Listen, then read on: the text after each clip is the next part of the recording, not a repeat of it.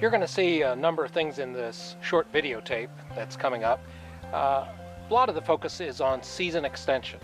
Hoop houses, homemade hoop houses, high tunnels, structures like that allow you to bring crops like this to market several weeks early. And that's all the rage and absolutely key to making a farm more profitable and to helping build local farmers markets. More products earlier in the season, it's good for the farmer, good for the community. But you're also going to learn about other things besides season extension in this tape. For instance, the foundation of good farming, which is healthy soil. So we're going to spend a little time talking about how do you build up soil, whether you have an old tobacco farm like we have or a new farm that you've just bought. Now, in addition to that, we're going to talk a little bit about the element of planning. It's great to have hoop houses and high tunnels, but if you don't plan, if you don't start your seeds in January and February, the hoop houses and high tunnels don't do you a whole lot of good. So you'll really get hopefully three basic lessons from this tape. First, about season extension. Secondly, about a healthy farm with a focus on the soil. And lastly, just a good nod to the idea of planning and preparation so that you make the most of what you have, your ground, your landscape, and your structures, your season extension. So this is an example of cover cropping. When you are farming organically, farming sustainably, the most important thing of a lot of important things you need to do is build up your soil. This farm was an old tobacco farm when we bought it about 13 years ago. Soil was quite depleted, very small amount of organic matter, very hard soil, hard packed clay. And so what we've been doing the last 13 years is a combination of composting, mulching with organic material, and cover cropping. And right here is an example of a fall planted cover crop, mostly crimson clover is what you see, the very pretty purplish red crimson blossoms, mixed in with an occasional little bit of rye. That was all sown back in early October, grew up just a little bit before the cold weather, and then has done most of its growth in the last 2 months. And it's about ready to till in. I'm going to be tilling this into the ground in the next week, basically, to prepare for the next batch of crops. The crimson clover is a type of cover crop that's a legume. And a legume, whether it's clover, vetch, alfalfa, beans, peas, they have this amazing ability to take nitrogen out of the air, which we have abundant nitrogen in the air, and make it available to their own roots, but also to the soil microbes and others. So they fix nitrogen or pull it out of the air. Other plants can't do that.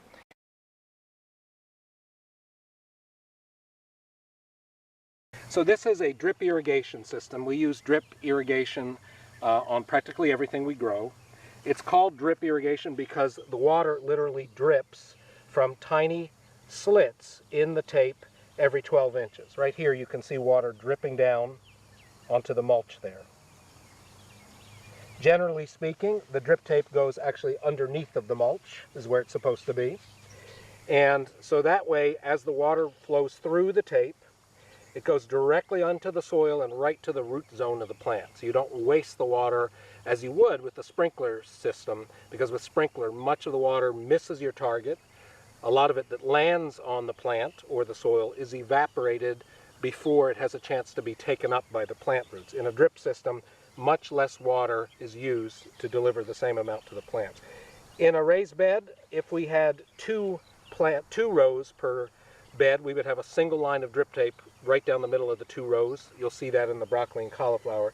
For the onions and garlic and other things with 3 or 4 rows, we use 2 lines of drip tape so that every row of plants has access to the water.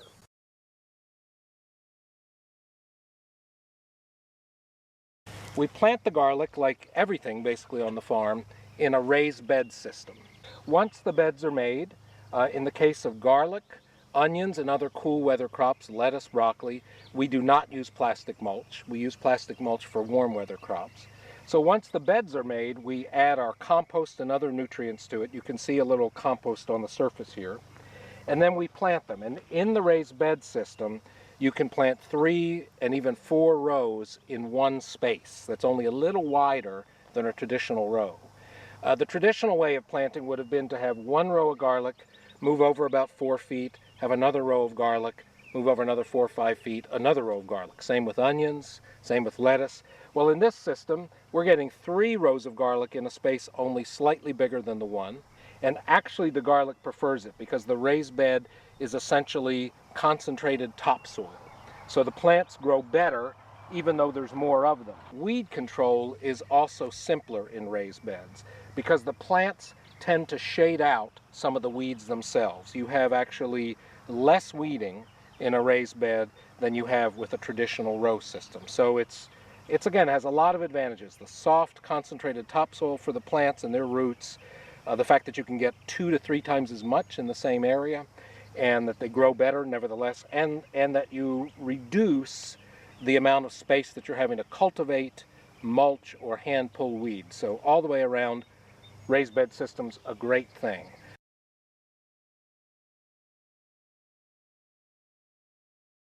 Here in this, what we call a low tunnel, similar to a high tunnel but a little bit shorter, I've actually never covered it this year. Last year I had tomatoes and whatnot in this area, grew them covered. This year, because the spring's been so warm, I haven't needed to cover the crops we've had in here. What you see here is broccoli and cauliflower, about 5 different types of cauliflower, 2 or 3 types of broccoli. Again, planted in the raised beds. You can see here 2 rows per bed. 2 rows per bed. That's because broccoli and cauliflower are a much bigger plant than the garlic and onions we saw. Still, we get a lot in one area. And what I want to show here is that these are doing really quite well. They're off to a very good start. They will be making heads starting in about 2 to 3 weeks. We'll have white cauliflower, orange, purple. We'll have broccoli. So very good looking plants here, the broccoli and cauliflower.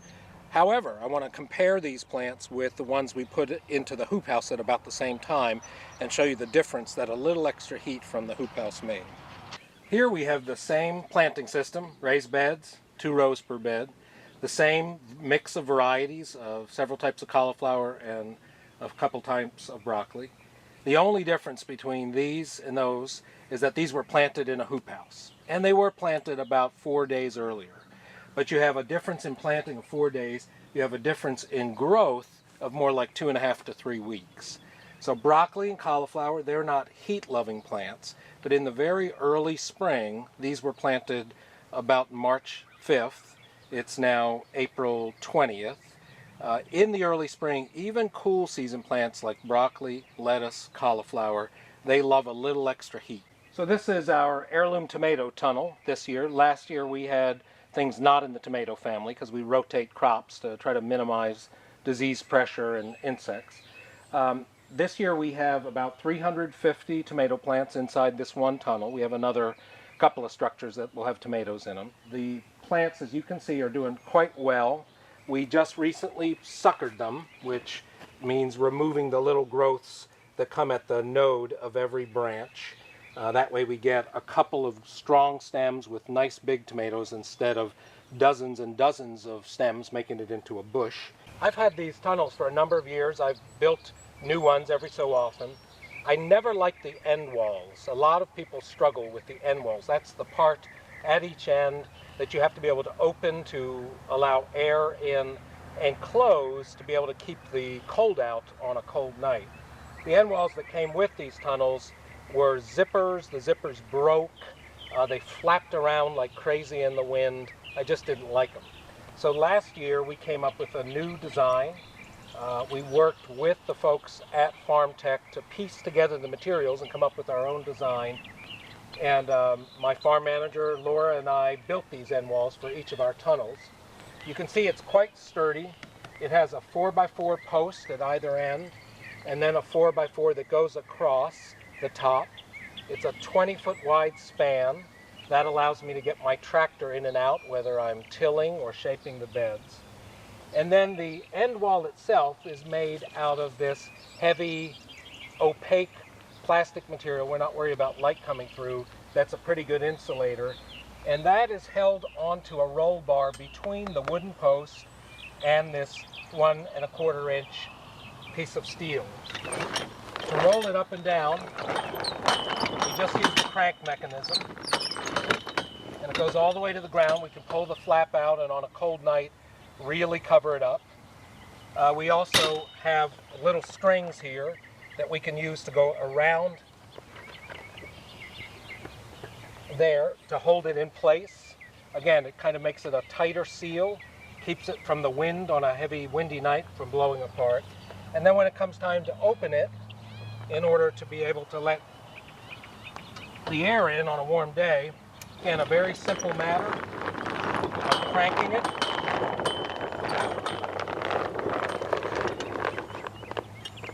As much as we want to go. If we're running the tractor through, we'd go up a little bit higher and be able to get in and out without bumping into it. So a very simple system, cost about $400 per end wall. It will last for many years with the lumber, the steel, and this. We're very pleased with this, a big improvement.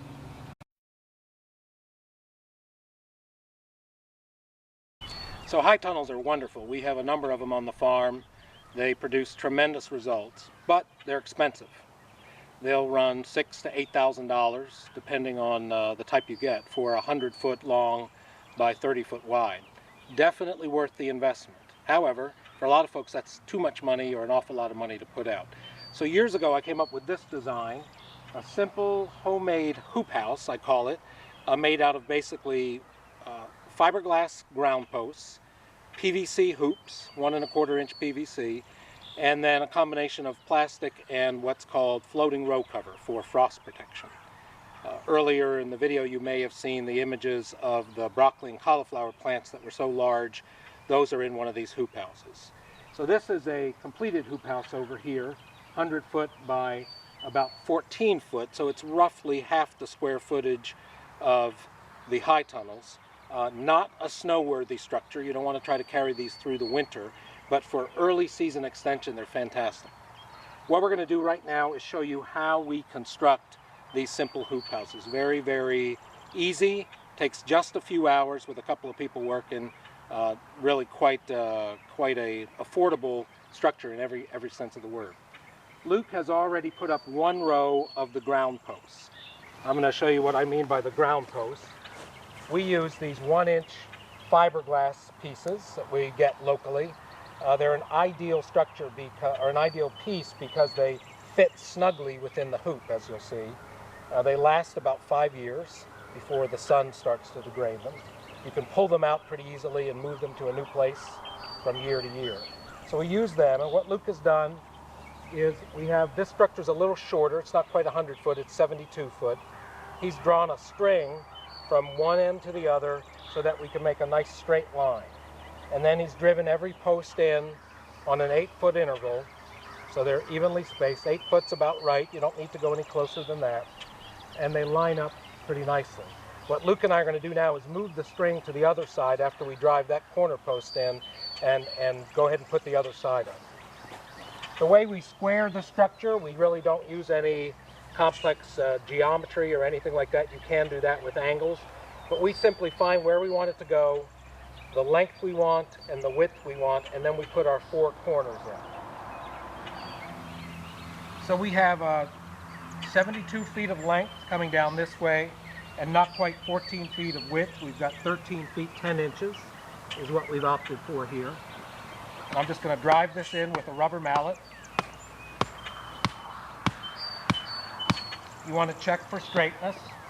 Make sure the post isn't leaning too much anyway.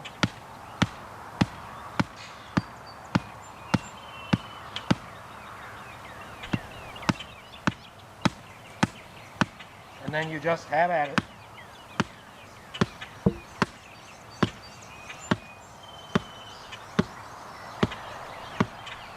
Until the post is in pretty solid. Now we've put our string on the outside of each post at the far end and the near end, drawn it very tautly so it makes a nice line, and that tells us exactly where we want to put each post in terms of the distance. The tape, right down here at the bottom, tells us the 8-foot interval, and then I want to drive each post in. So we've got all the posts up, one every 8 foot. They're essentially in pairs. And then what we're going to do next is take the PVC. We use 1 1/4 inch, what's called Schedule 40 PVC. It's plastic pipe that is flexible. You have to have flexible pipe. And every one of these pieces, like the one Luke is holding, is 20 foot long. Now you could get 10 foot. I don't know that they make them any longer than 20, but 20 foot allows you to create a hoop that is about 7 foot tall in the middle and about 13.5 to 14 feet of width. And that's what we're looking for here, is a hoop of that size. Go ahead and slip your end over. Don't go all the way to the ground, go about halfway down.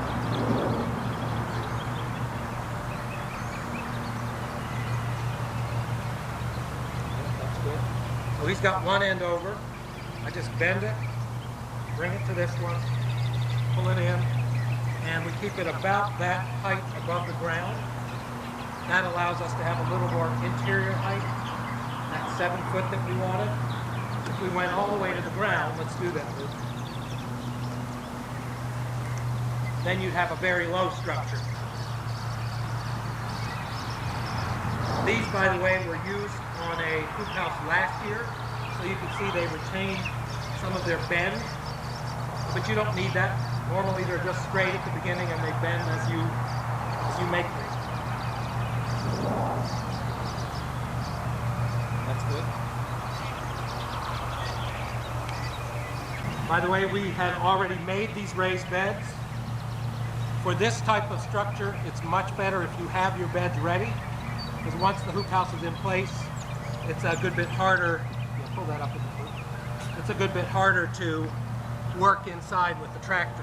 You can see the snugness that this particular fiberglass gives you. It's quite nice. It's a little bit of a nuisance when you're trying to adjust the height, but otherwise you want that snugness. If you use something like rebar, which some people do, that's fine, but the problem is you can't suspend the hoop off the ground like we can here. With rebar, the hoop automatically has to go to the ground, so you end up with a much shorter structure. If you can't find this fiberglass, you could use 1-inch rigid PVC. It doesn't work quite as well, but it can work. So, voila. Not quite 100 foot, this one's 72 foot, but you can see the skeleton shape of it now. The only remaining steps we have are two.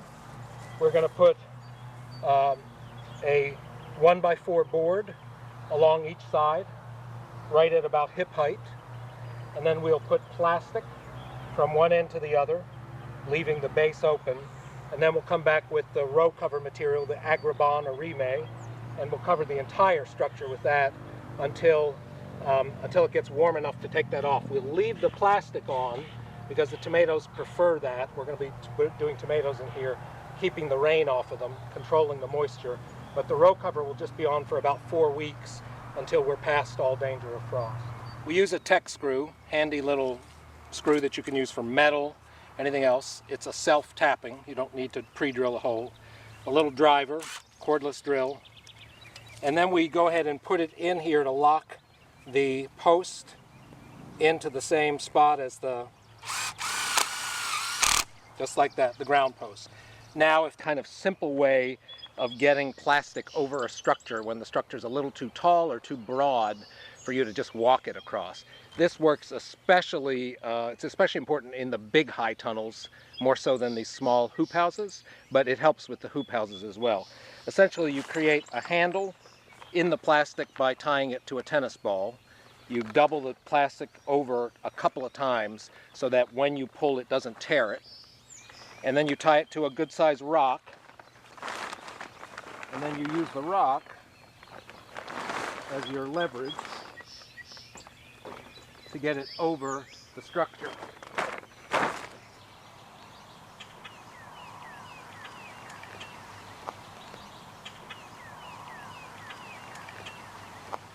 For the ends, you can secure the plastic a lot of different ways. Some folks build end walls with doors you can go in and out. We have those on our high tunnels, but on these simple low-cost hoop houses, you can use a clamp. They make these metal clamps in different diameters for fitting thicker steel and thinner steel. You can get a clamp that fits the 1 3/8 inch top rail that we have on there, and that will allow it to clamp onto the edge and hold it very securely. You can see how it does here. You put one of those about every 4 or 5 feet.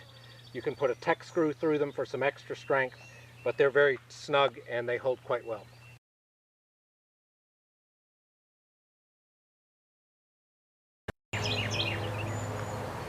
What we do get in here is white flies. Now, aphids are easily managed with cilantro. If you let cilantro, and I have some plants that I need to plant in here. I have a lot in the field. Cilantro is one of many, many plants that attracts lady beetles, lacewings, and others. And it's, you know, a beneficial insect habitat plant.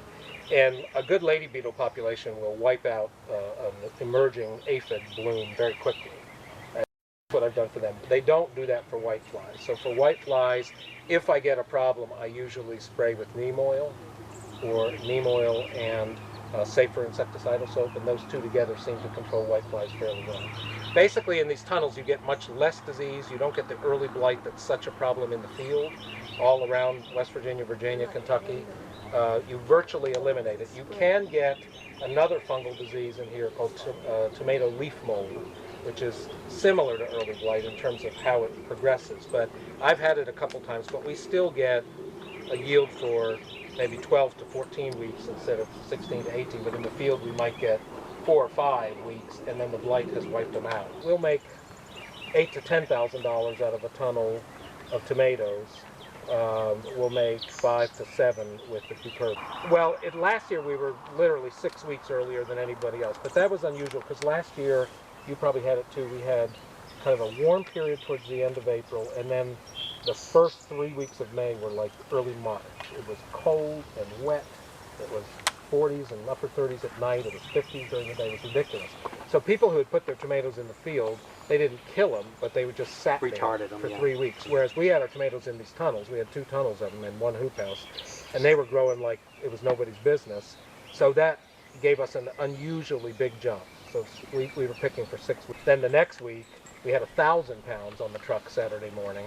Again, after selling about 250 on Tuesday and selling a bunch to several restaurants, and I thought, I am really coming home with tomatoes. By 11:45, we had sold all 1,000 pounds, plus a bunch of broccoli and cauliflower, zucchini, and cucumbers. It was just amazing. Now, if I had been 3 weeks later with 1,000 pounds of tomatoes, I would have come home with a lot of tomatoes, but not then.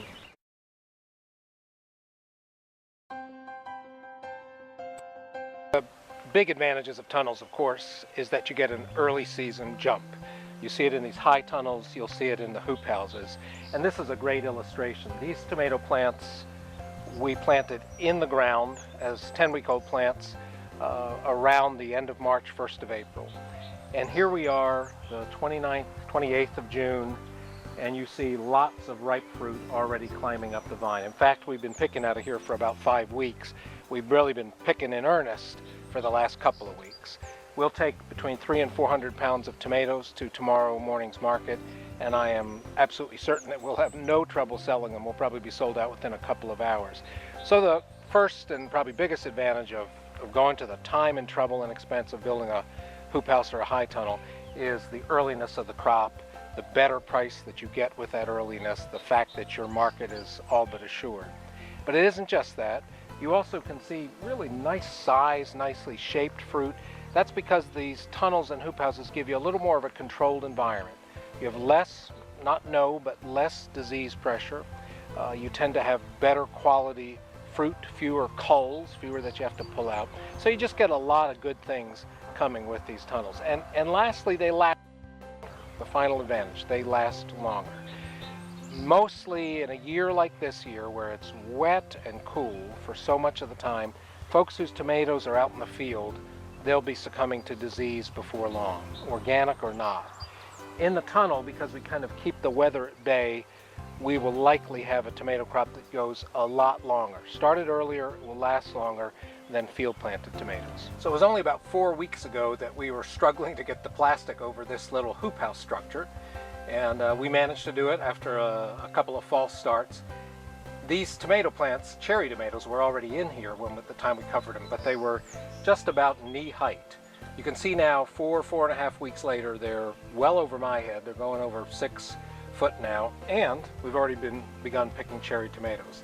Now this structure, this hoop house, is a metal version of the PVC homemade hoop house. And This one really is inexpensive to build, about $750, and again gives us many of the same advantages of a tunnel, just a little bit smaller.